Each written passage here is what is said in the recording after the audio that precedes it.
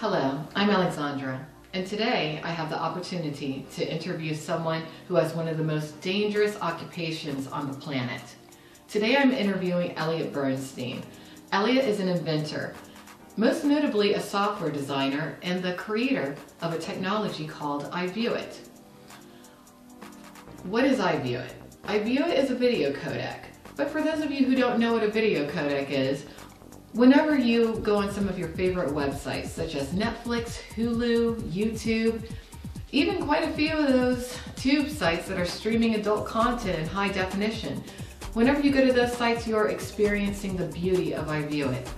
Now, after Eliot developed IviewIt, a lot of people saw the value behind that particular invention, and rather than giving him what he was owed, they stole the technology from him. Eliot has been fighting for years to try to find justice in regards to this issue. He's been seeking ways to get his story out there, and though I don't have the biggest audience, I do have an audience.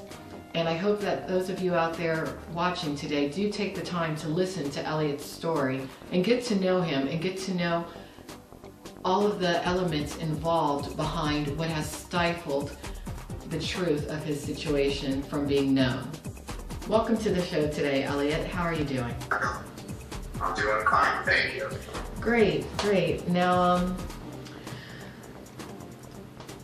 I'm sure my audience is going to think that I'm exaggerating when I say that you have one of the most dangerous occupations in the world, but in actuality, you definitely do. And that's why your actual occupation is protected by Article 1 in the Constitution. Now, could you elaborate on that a little bit more? Because I'm sure I'm not quite getting the point across to the audience. Well, Monica, an inventor, by his very nature, is given the only right to a monopoly power in the United States. So if you invent something new and novel, you can patent it, and you can be the only guy to market it and put everybody else out of business and be the only manufacturer of your product worldwide. So you have a right to monopoly power, or you have the right to license your technologies to other industries. And the problem with that is, and over the course of the history of the Patent Office, of course, is that inventors are, if you come in with a new alternative fuel that replaces gasoline, chances are the big industry guys will either gobble your invention up and hide it so that they can, still sell gasoline, or they'll attempt to bury you and bury your inventions, or they'll steal them, like in the case of the windshield wiper inventor, where the big automakers took the invention from the inventor, used it for years, and then beat him off in court and everything for a bunch of years. Jerome Lemelson, another famous inventor, also went through years of fighting for his patent royalties, and in the end, if you win, big, if it's a big invention, and that can be billions and billions of dollars. And so since innovation drives our country, invention is protected under the Constitution, because to give someone that power, you're going to have a lot of forces trying to rip it from them, suppress them, do all kinds of things that have happened to inventors over the years, including murder. And that would be in the case of Tesla, where, again, major technology, free energy was buried by big companies. JP Morgan immediately moved when he found that Tesla, who he was funding, had free energy, moved to shut him down. Burnt his lab to the ground, basically, and then they threw mud all over him for the rest of his life and buried him from the history books, because had his invention succeeded, he would have put them all out of business. So Tesla and all inventors are given the full weight of the Constitution behind them to fight these forces. Now, what I find incredibly interesting about your situation, Eliot, is how you claim to have been divinely inspired or spiritually guided to manifest IviewIt. Could you explain the process of developing the software and how it came to you? Sure, Monica. Just like in the last question regarding Tesla, I too, like Tesla, claim that my inventions were spiritually gifted to me through what you could associate with voices coming into your head and basically giving you the recipe for your inventions. And Tesla attributed all of his inventions to divine intervention.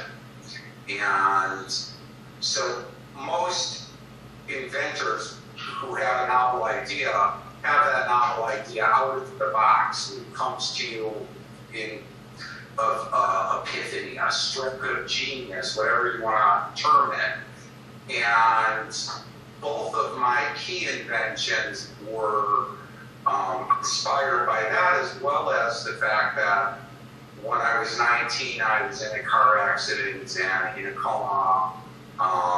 And during that time period, I had visions of the children on Earth actually suffering a terrible fate. And I came back possessed, basically, to help the children fix the planet and stop and offset the damages their parents in greed were doing to the planet.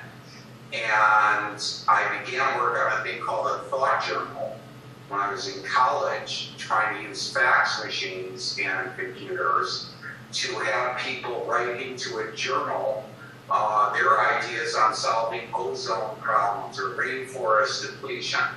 And way back then, there was no internet, and there were 20 megabyte hard drives and monochrome screens. Yes. So it was a crazy idea, and I did give up a significant piece of my life trying to do it. And then I kind of shelved the idea because technologically we were too far behind. And with the spawning of the internet, I saw that I could make a thought journal, but the problem of bringing the people together was limited in its scope to text. And what I really needed to bring the children together was visual techniques such as, rich imaging and video conference, which were thought at the time prior to my invention to be impossible. And, the leading engineers of the world called it the search for the Holy Grail, somebody who could provide full screen, full frame rate video at low bandwidth. Because mathematically it doesn't work. So in dreams, I heard the voices that told me the formula of how to achieve rich imaging and video on the internet. And I filed patents on it, and that's how it all started. All right. Now, Eliot, could you explain to the audience exactly how the IviewIt technology works? Sure. Let me start with the first invention, which is an invention that solved for pixelation, it was called. So that when you went to zoom on a digital image, you pixelate it. You might get one or two zooms in, but then it broke up into pixels. Today we don't have that problem, because of my invention. And how that works is fairly simple today when you hear it, but prior it was unimaginable. And the concept kind of started out with the idea of the problem appeared to be that since the dawning of mankind, when we made a picture and built a frame, we built them roughly the same size so that the picture would fit into the frame. And so therefore, when you put a digital picture into a digital frame, when you went to zoom, you instantly started to pixel it. What I said is, let's put a canvas that's the size of the Empire State Building behind the viewing window.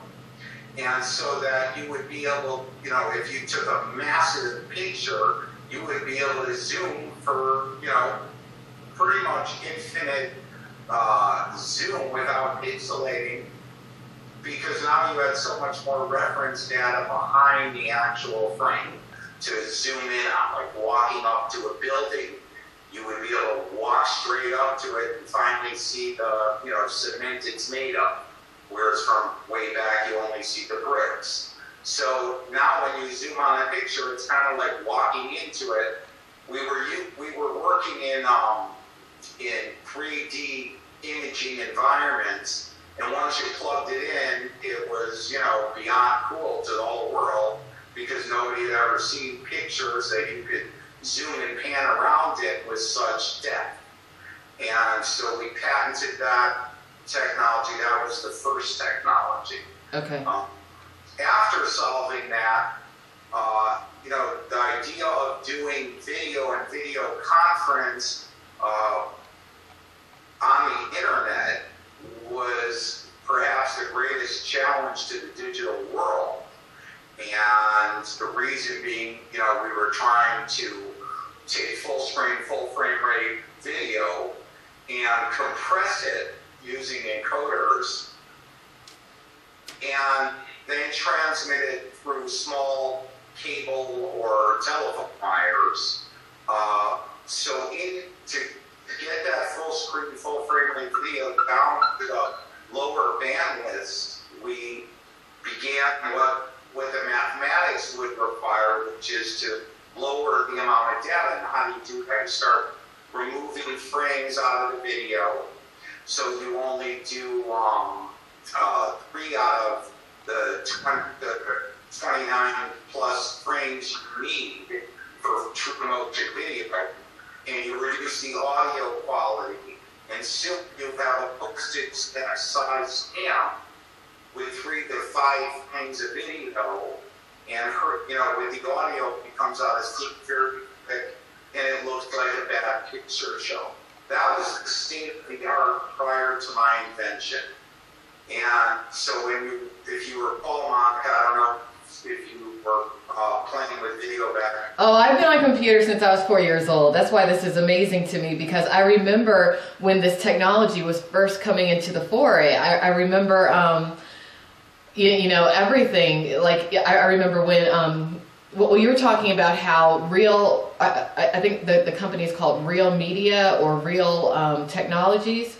In one of your earlier interviews, you were talking about how they utilized the IviewIt technology at that point. And I remember when the Real video codecs were first coming in, and you know, at that point, I'm not sure what year it was. Gosh, I think it was in high school, so maybe even middle school, I'm not sure. But at that point in time, they were releasing so many new versions of that particular program so rapidly that it was strange, and it was not a part of the Microsoft family of software and whatnot. And I remember that Microsoft even wasn't even offering any support or anything. Like if the Real software crashed, you know, whatever version of Windows you were on, if you called tech support, they wouldn't even help you. So that's what I find interesting about that time. There's a little bit more history there with Real and Glacier. And the history is that Bill Gates, when he saw the video that was going to be transmitted over the internet, this small postage stamp, grainy, gobbledygook thing, he said to Glacier, who worked for him inside Microsoft Media, here, take the whole media, the package, the technologies, don't put it on my software, you go start your own company with it, and disassociate it from my Windows platform because it sucks. And nobody's going to use it except a handful of geeks and, you know, maybe an ad or two. And so Glacier then took that technology and formed Real Media, which then put out the Real Player. And, you know, their first videos were, you know, they did a Victoria's Secret supermodel launch, and when you tuned into it, you know, jokingly we referred to it as super goats, because you couldn't tell that they were models. It was all fragmented. They removed so many screens compressing them. So what I came up with, completely out of the box, and it said, if I don't know if you're familiar with the television and how it was resolved to deal with bandwidth limitations early on. I heard your interview about that, and you were talking about how they actually brought in a psychologist or something to help figure out the interlacing, and that's how. Right. Yes. Okay, and so we're interlacing. We're getting a lot of feedback. Yeah. Hold on. Okay. Where interlacing was, separating the frame and then rebuilding it on the user end. My concept was a little bit different in that it said, let's build the video quarter screen. Let's transmit a quarter screen, and then let's scale it to full screen. Now, if we could trick the human mind into thinking that it's watching full screen, when in fact it's only watching quarter screen data blown up or scaled up, then we win, because you have full screen, full frame rate video, even though what's behind it really is quarter screen. And it worked. And it was, that literally simple to change the recipe from taking the full screen and trying to encode it to starting with small 320 by 240 screens and then scaling. And that's how we achieve full screen, full frame rate video, which we then took. Now, Eliot, who was integral in the software development process when you were assembling IviewIt together? Who was on your team with you?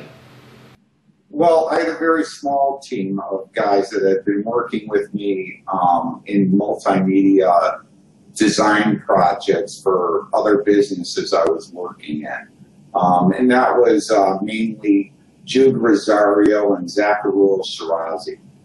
And they worked at a club that my father belonged to. And we started working together trying to get this imaging and video stuff to work. And we spent a lot of sleepless nights and ripping out hardware, inserting new software, trying to get anything to work. And we were failing pretty much like every other group in the world that was trying to get full screen, full frame video. And so we started working with some other people, my brother-in-law, Guy Iantoni, my other brother-in-law, Rick Goldman, Jeff Friedstein, and one of my best friends, Jim Armstrong. And together we all started working on the web trying to, try different 1,000 combinations of things. And until I had these dreams that guided us, so to speak, we were all as lost as everybody else in the world.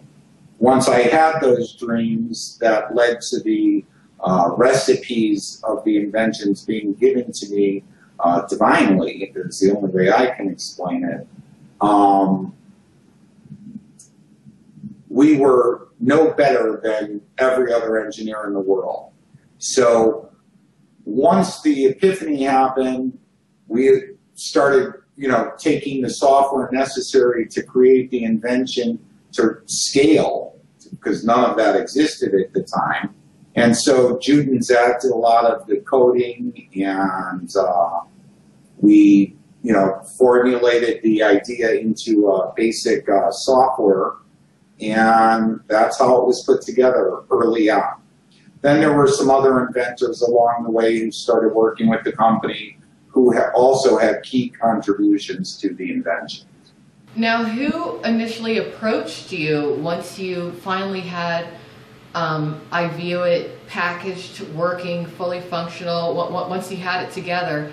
Who were the first people who approached you in regards to your technology? Well, we approached, well, what happened was, for example, Hassan Mia, and we had talked about Real Player earlier. Hassan had a company called Zing Technology. I don't know if you recall that company, Xing. Hassan had worked in the Intel CAA Multimedia Lab, which is accredited with spawning the internet from the government system it was prior into the internet for public consumption. So Hassan was one of the leading people in the development of the internet for the public. And when he came to see my inventions, and he was sent here by Kevin O'Donnell and Sky Dillon Dayton of Earthlink, the founders of Earthlink, to check out the technology.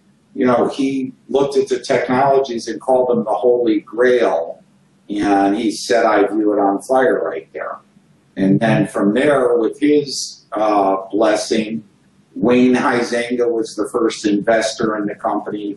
You might know him from Blockbuster Video, Waste Management, the Miami Dolphins, AutoNation, and a few others, a billionaire investor. And upon his really first meeting and viewing of the technology, they wrote me a $500,000 check and really set the company up, you know, for next round investments. And then, you know, the next investors were Crossbow Ventures. So there was Steve Warner from Merrill Lynch, who came in and did several rounds of funding. And then we had already started doing accounts at that point with quite a few large players, such as Sony, Warner Brothers, AOL, Playboy, a whole host of companies that started to sign non-disclosure agreements, licensing arrangements, etc. with us. Well, that's interesting that you mentioned Playboy, because as many of my fan base and viewers are aware of, I come from the adult entertainment arena, and in my opinion, a big part of what's really driven the internet has been adult entertainment, because you know, all of the content, it's video. So in my view, IviewIt has played a phenomenal, I think if it weren't for IviewIt, the adult entertainment world would not be as lucrative of an online arena as it is. As of current, Playboy was just recently, all their online assets were acquired by adult industry super megacorp Manwin, a guy who runs that. His name was Fabian Thielman. The way I see it, that guy, he owes you quite a bit of money, considering. They all do. Uh-huh. And you're right. Video is the primary driver of the internet. It's sucking up the most bandwidth. Mm-hmm. And interestingly enough, way back early 2000 or so, possibly even the late 90s, I met with a gentleman, Brad Weber, from, I can't remember the name of the company, who was in the adult entertainment industry. That's Mr. interesting Weber, how the adult entertainment industry, they were aware of you though. Somebody was very aware of you and your technology. Well, Brad was running big sites at the time, Cafe Flesh, etc., using the old video technique, and it was really bad video, so people weren't really willing to pay for it. Mm-hmm. So he was, you know, more kind of just putting it out there and trying to hope to sign people up to view this bad video in subscription. And so when Brad saw the product, they immediately offered me several $1 million to use my technology and brand it into pornography. Mm-hmm. But the technology truly was in its infancy, and when you understand my technologies, there's so many markets and uses for it that Yeah. Truly, I didn't want to brand my technology with pornography coming out of the gate. Right. I'm not sure I ever really want to brand with it. Right. Collect royalties possibly from it and shut down some of the sites that are doing things that, child pornography or anybody I could shut down, by not giving them a license. Right. I would, if I were controlling that and people were paying me my royalties, would have that ability to do those kind of things. But at that time, 5 minutes after I walked out of Brad Weber's office, giving them, the secret sauce to how the inventions worked, they started putting up, video porn the next day, basically. And it now, I would say, if video is the primary driver of the internet, with 80+% of the bandwidth being used for it, that a good portion of that, over 50%, would probably be driven by the porno industry. Now, when would you say things really went completely wrong in regards to the distribution of your software that you developed, Eliot? Well, I was in a meeting with Warner Brothers, and I was trying to secure a $25 million investment, and we were about to go public. We had a Wachovia private placement out for 12. Warner Brothers was already utilizing my technologies. In fact, I had incorporated my California office inside of their advanced technology group in their building, and had taken over all the encoding for Warner Brothers. And we were working with Sony and some other studios on a project called Movie Link, where we were going to build a service to download all of the movie industry's movies to subscribers. Kind of what you're seeing happen 10 years later now through Hulu's and stuff. And so I was riding the roller coaster, and I was at peak when the Warner Brothers people said that something was afoul with the patents, that the president of our company, Brian Utley, who had been with IBM prior, running the Boca Raton T-Rex facility, had shown that, and that the patents that he had given them were not on file with the patent office, and the ones that were on file with the patent office had serious problems.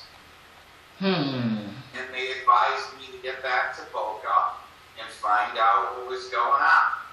They also notified us that we were in an involuntary bankruptcy and a loss of billing lawsuit with our attorneys, Proskauer, who were our patent counsel, and we had no idea of these two legal actions either. So I called a friend of mine who checked out if we were in these lawsuits, and lo and behold, we were. And when I got back to Boca, I confronted this guy, Brian Utley, the president of the company, and I grabbed the patent books on his desk at the time with a friend of mine, Jim Armstrong, who's the shareholder and inventor. And what we discovered was mind-blowing. We found there were patents in Brian Utley's name.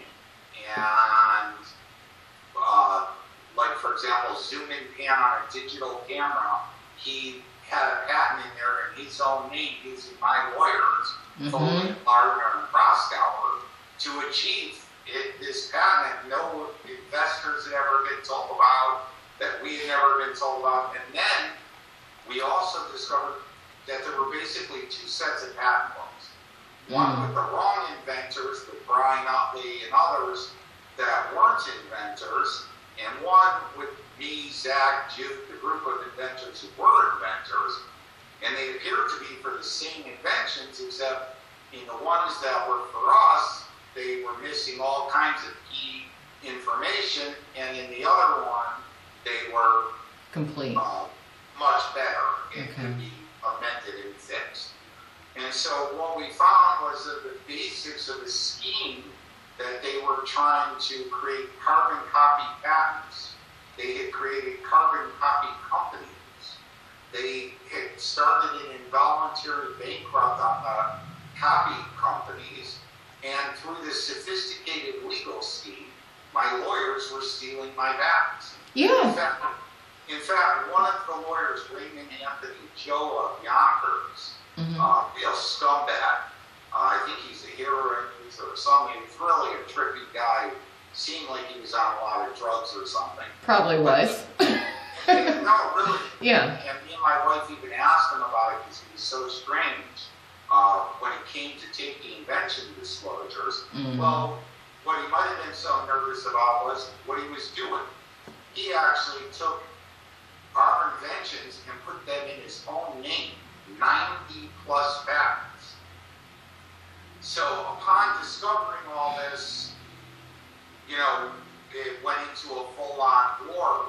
Brian Utley, a little bit after we confronted him and found out that the patents were trying to be stolen and all this was going on. Well, Eliot, it's pretty interesting how essentially these attorneys who are supposed to be on the up and up are nothing more than criminals using a legal mask. Is that how you would describe these attorneys? Because I personally have dealt with attorneys who have, in my view, been attached to organized crime. Do you think that organized crime even plays into everything that you've gone through in regards to IviewIt and just trying to get the information out there that you are the inventor? Because they are essentially trying to just not just cut you out of the equation, but erase you from history, just like they did with Nikola Tesla. This is amazing. Well, hopefully, like Nikola Tesla, they haven't erased me.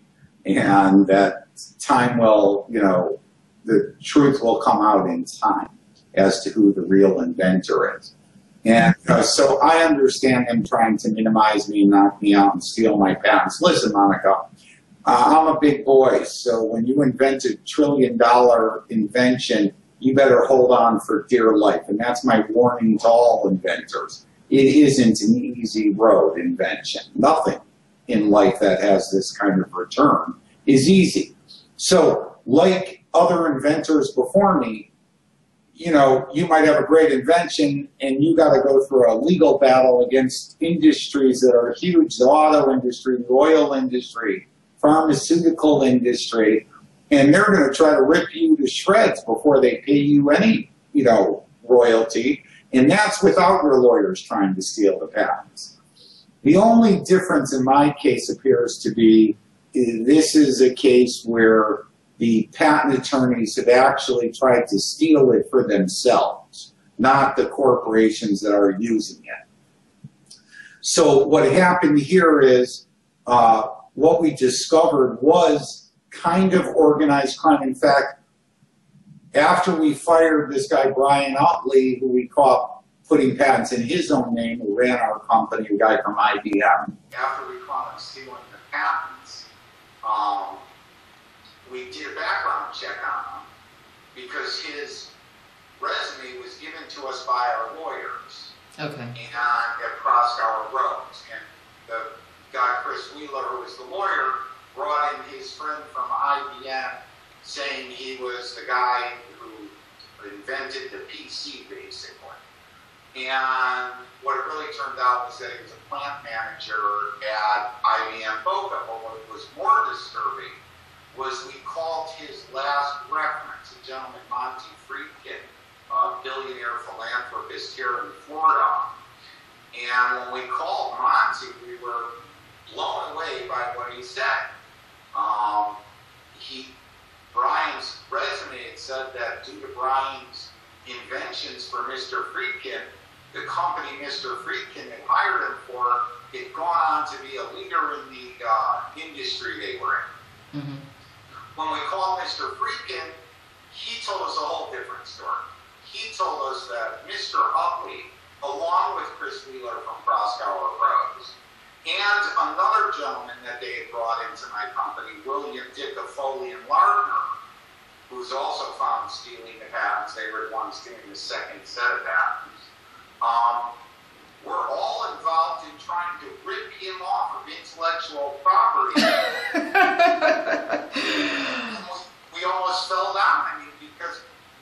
here it was that now you see that it was a conspiratorial attack on our company by a group of guys who have priors in this scheme. Mm-hmm. And so what they do, it appears, is they get people in close to the inventors.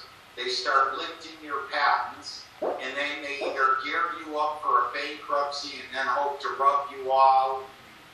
In my case, it's all about infiltration. Infiltration. They infiltrated you to figure out what they could do, and it's with the invention that they do this. It's the Matrix, actually. It's a pattern and practice of criminal activity, which is important in showing a RICO that you have a criminal enterprise. That this group, they didn't just come to my company and decide to rip it off when they saw they were big patents. These guys had been ripping off other people's patents, possibly even some from IBM. I think we had to turn over back some patents to IBM regarding the touchpad that I think he tried to lift from IBM. And so what you see there is the answer to your question. Is this organized crime? Well, that's about as organized as it gets. They went from one guy, in fact, the attorney handing you a falsified resume when he knows what happened in the company, because he was the guy running these companies for Utley. Now, what happened in Friedkin's is interesting. It's almost identical pattern as in my company. Utley saw that Friedkin had technology in no less lawnmower equipment. It's a turf company, and here in Florida, golf courses are a big business. Okay. So it was for golf turf equipment. And Utley contracted Wheeler from Proskauer to open companies in his name at his home address outside of Friedkin's knowledge.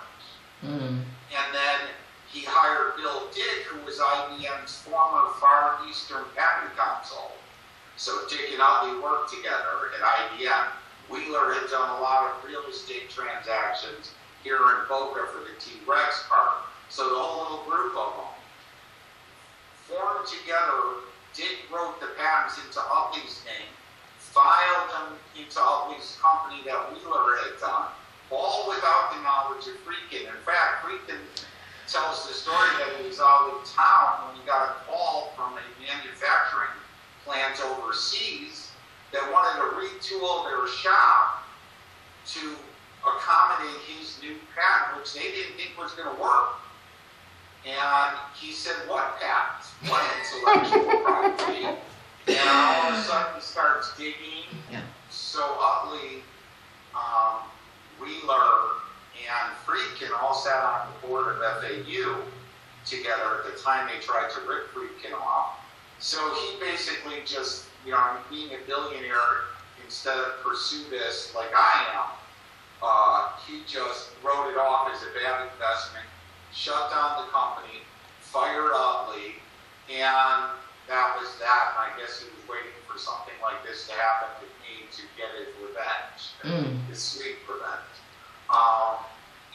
and see them brought to justice. So it was exactly what you're saying, that this is organized crime. They are seeking inventors. MPEG, all these inventions that are submitted to MPEG, take a look. It's all being monetized by a small group of people, not a big group of inventors. So what they're doing is going and learning of inventors' technologies, basically stealing them through the patent pooling scheme. Because Proskauer, after learning of my inventions, went and acquired Ken Rubenstein, who had started the MPEG patent pool. He was with another law firm at the time, so it would be Goldstein, Wolf, and Schlissel. But nonetheless, what they do is they steal inventors' inventions, put them in the pool, and then block the inventor from gaining any market capability because they tied and bundled through the patent pools your invention to other inventions that they market through their license at MPEG. And, the poor inventors got a legal battle ahead of them. That is why the Justice Department in the past with like Seeger and RCA blew these patent pooling schemes apart because they were in fact schemes, and in some of them there were alleged murders of inventors to knock them out of competition. You know what? Let's talk about that element now. I've become aware through investigative blogger Crystal Cox that your family, you've had not just threats, you had your car blown up. Can we talk about that a little bit? Because that's insane, but it happened. It did, and it is insane. And what happened is, after we caught them stealing the patents, we first flew out to California, where I was, and came to the office and told me if I told anybody what I had discovered about his patents and these other lawyer schemes to try to steal the patents, that the lawyers and him would murder me and my family. The problem was I had already started to notify people like hearing notes at the Patent Office and other federal and state agencies that there was a threat of this theft, and start investigating. Right. And so what happened was the next week I had a call with several of the board members. Don came from Goldman Sachs, my father, people from Crossbow Ventures and others, some of the select group, to tell them what all we had done in the threats, and they decided I should stay in California and my wife should immediately pack up our children, leave my mother and my father here in Boca Raton, Florida, and move to California to stay away from them being able to kill me. So my wife packed overnight, took the kids from my mother, which I don't think she ever forgave us for, but we couldn't tell her the truth of the matter because she was suffering heart problems, and my dad felt if we told her that people were trying to kill us and the kids, she'd have a heart attack again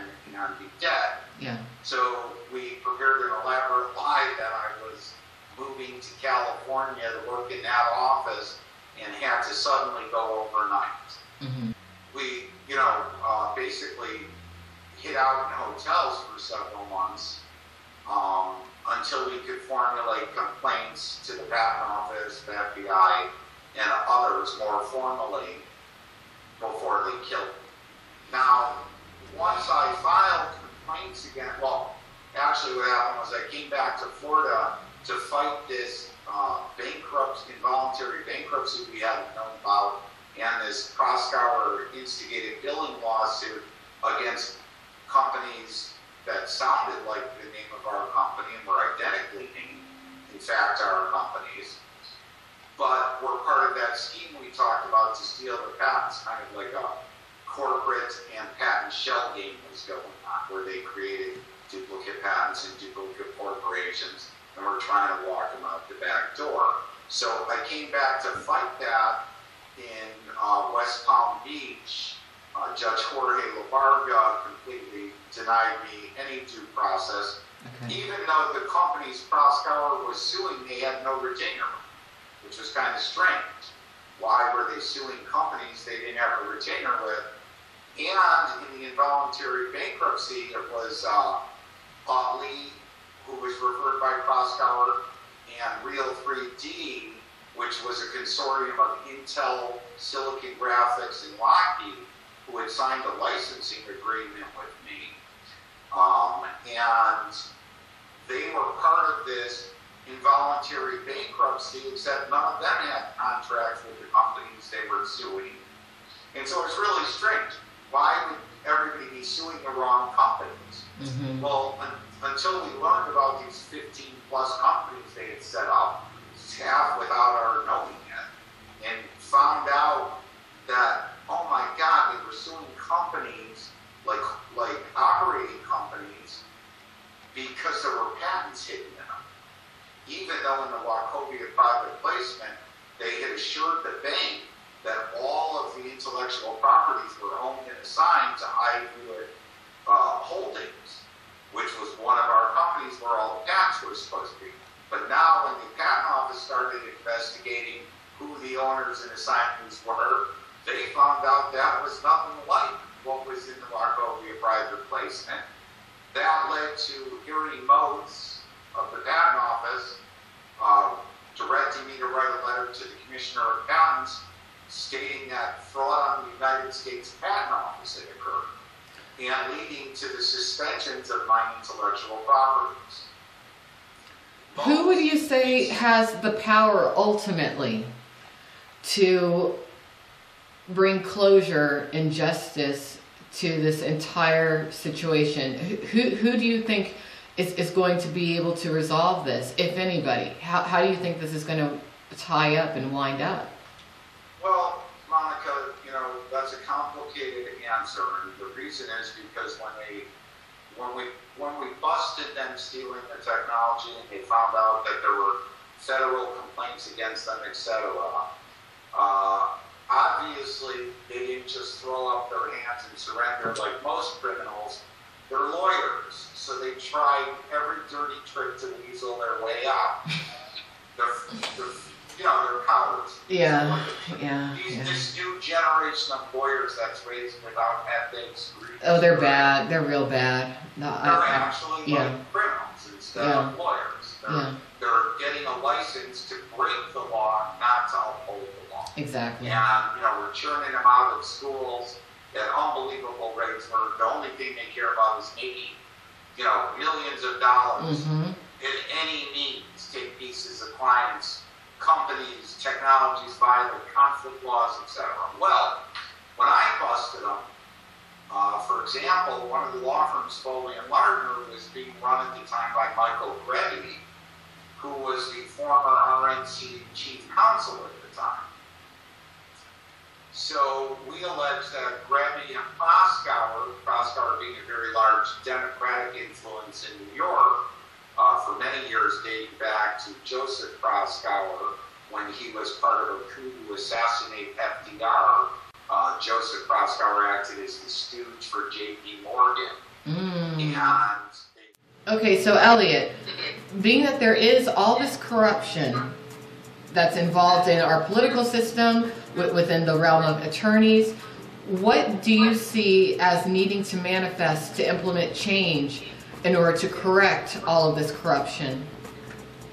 Well, looking at Anderson's claims that people inside government that are trying to do their job and help people or do the right things and prosecute people that go against these corrupt attorneys and others, like the banks, for example, are being thrown out of their jobs. So if you've got a good regulator who's trying to do his job and regulate Bank of America, well, they get in there and they throw them out. If it goes to whistleblow, they do what they did during Anderson, fire them, harass them.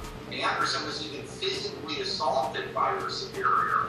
I mean, Anderson's a 60-plus-year-old woman who was just trying to do her job, and when she saw what was going on and exposed it, boom, she's knocked out, replaced with somebody else who will march to the order. And so we've got a real systemic problem that now, if you understand that Mike Remy threw an election, the Bush v. Gore election, to block due process, and then since that point they've been funneling into the government lawyers to deregulate, to block prosecution, throw court cases while they commit their crimes, which is why nobody on Wall Street's gone to jail yet. What you see is that really the only way this is going to change is by justice prevailing, meaning we, the people, have to demand that our prosecutors prosecute, that our judges judge according to law. And for example, Eric Holder hasn't filed any criminal complaints when he has, beyond a reasonable doubt evidence of criminal acts by the bankers to rig world markets and cause economic calamity on billions of people. So the only way you're going to do that is arrest Eric Holder for failing to prosecute felonious activity and be part of a criminal RICO organization to designed to subvert prosecution. And so since the elections are being rigged in every instance, and now basically you get, in the last election, there were basically only 2 candidates. All the other candidates got the media exposure, and a lot of them were calling for systemic changes that would change the guard in a lot of instances, put people into prosecute. Those people weren't given 1 minute of time. Nobody even knows who the other candidates were. The debates were 2 guys, period. So we've come down to a country with no choices. And, these people are being picked by the criminal RICO organization that's now called our government. And so you can pick A or B from party A or B, and either way you got the same thing, crime. So it doesn't matter who's in the White House if you're, controlling who gets put in there. Well, today we've covered quite a bit of material, and I will be doing follow-up interviews with Eliot Bernstein in regards to his IviewIt technology and all of the issues involved. Now, for those of you who would like to find more information in regards to what I presented to you today, please visit investigative blogger Crystal Cox's website on www.crystalcox.com, and I will go ahead and put some links after this video closes in regards to where you can find more information in regards to Eliot Bernstein. Thank you for joining me today. Thank you for listening, and thank you for watching.